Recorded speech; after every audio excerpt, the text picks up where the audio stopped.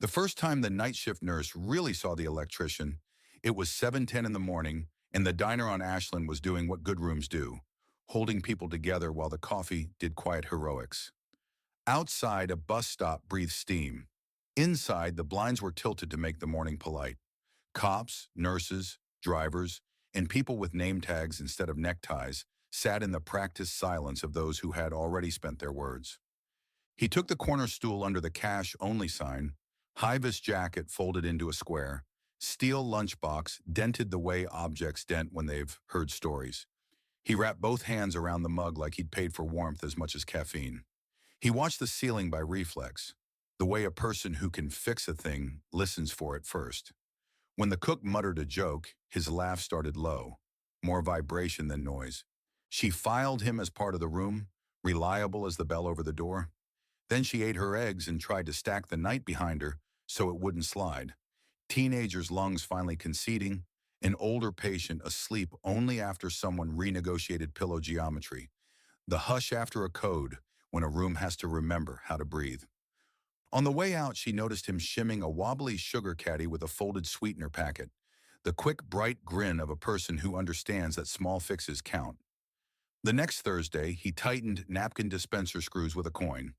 A week after that, the flicker over the register gave up its stutter, and the owner announced that the light had found its manners. He shrugged like physics had kept an appointment. He came on Thursdays because the schedule did. Overnight maintenance on a string of buildings that nobody photographs, loading docks, panels, stairwells with personality. He ran with a crew of 3 and ate alone, content not to translate his night into cafe language. She placed her last shift of the week on Thursdays on purpose. It felt reasonable to end with eggs and a city lifting its eyelids. By week 5, the owner knew their orders. Her plate arrived without tomatoes, yolks over medium like a promise kept. His special came with hash browns negotiated into crispness. They learned to nod at the door. Once he held it when her arms were full of takeout for a respiratory tech still upstairs. Once she slid his coffee closer when the counter went loud. They treated these trades like weather. Noticed, appreciated, not dramatized. January pressed its cold face against the windows. One morning a bus died at the corner with a sound like surrender. The driver shepherded passengers inside. Coats, work bags, a toddler whose boots belonged to a more coordinated future. The owner turned up the heat and pretended generosity wasn't happening. The cook ran pancakes like a fire drill. The electrician moved like a stagehand. Extension cord from nowhere. Power strip on the counter. Phones charging in a polite tangle. The nurse assessed faces, steered the most fragile blood pressures to the back wall, found pain meds in that big pocket that eats everything. When the toddler's cry reached the pitch fluorescent lights understand, he drew slow comets on the tabletop with a keychain beam until small hands took over the universe. The room's sound reorganized itself, still loud but in rows. The tow was 20 minutes out. Someone's hands shook for reasons not about weather. A plate slid across the counter and was labeled a mix-up so it could be accepted. A number went onto a napkin with instructions to call if anyone looked off on the next run. He caught the tone and the tactic. Orders without rank. No speeches. The diner had become a small machine. They didn't introduce themselves. The room did. Orders began to stand in for names. The owner returned a forgotten scarf to over medium, no tomatoes, and handed a to-go cup to special extra crisp. When snow grudgingly turned into gray piles, mornings arrived earlier each week like a friend who forgets to knock. She noticed the map under his nails. Machine gray soap can't quite evict. A glove line at the wrist. The way he warmed fingers before touching anything delicate. He noticed her left shoulder sat lower after certain nights, and that she stretched before lifting a cup like a runner starting a quiet race. Their first real conversation happened around a chair. The corner booth wobbled like a decision. He lifted it, folded a receipt into a shim, tested with his weight, and declared it good for a week. She thought about how many fixes on a ward share that math. Not perfect forever, strong enough to get through the shift. They started walking the half block to the bus stop together. Not far, just the crosswalk that pretends to help and the wind that argues for lids. A habit became a ritual and stayed unannounced. Interruptions arrived like weather fronts. She picked up a coverage shift when flu ran through the floor. He babysat a jittery substation outside the city for 2 Thursdays. They reappeared like people relieved their chairs had not migrated. The bell resumed its small announcements. Trades accumulated. A paperback appeared by the register with a sticky note the size of a receipt for whoever needs an easier night. The next week the book was gone, and a good black pen sat in the sugar caddy, the kind hospitals lose. Cough drops quietly swapped places with a carpenter's pencil shaved to a chisel point. A roll of electrical tape replaced the torn corner of the dessert case gasket. The owner pretended not to notice and dedicated a drawer to objects that wished to find the right person. On a calm Thursday in March, a small map titled Comfort Rotation appeared under the counter. Blankets in the warmer, where the lemon slices live, which booth the late sun hits first. A buzzing hallway ballast got replaced. The alley hinge stopped rehearsing its memoir. The diner dropped to a lower hum, like a room learning to trust its bones. One week they arrived visibly out of tune. His left hand wore a lattice of tape and bruises that told a story he didn't need to narrate. Her ID clipped sideways, hair in a knot meant for speed, the kind of exhaustion that doesn't make noise. Without ceremony, he slid the booth so she got the smoother side of the seat. Without ceremony, she centered his mug on a napkin to keep the coffee ring from committing to the formica. Fluency, not fanfare. Calendars finally appeared on the table by accident. He mentioned a summer on a big roof, solar, the kind of job that keeps you above the heat and inside it. She admitted to a week off, banged like a secret, and a family visit across the country where ice water's a hobby. The facts entered the air quietly and stayed.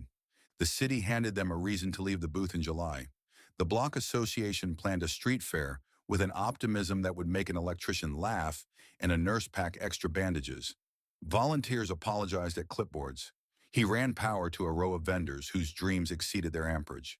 She taped cables to curbs in ways that created exactly 0 new hazards and taught a teenager to do the same.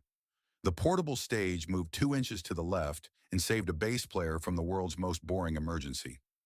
Fairy lights, coaxed, persuaded, cajoled, became a single, well-brought-up line.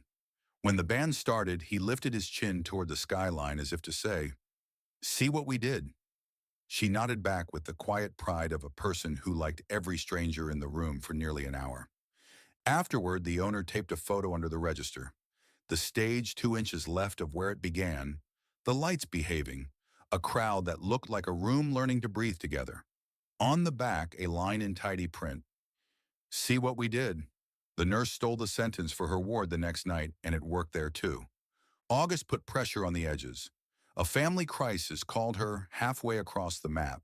For 2 Thursdays, the chair stayed empty. The cook said the eggs tasted more like eggs when she wasn't there to appreciate them.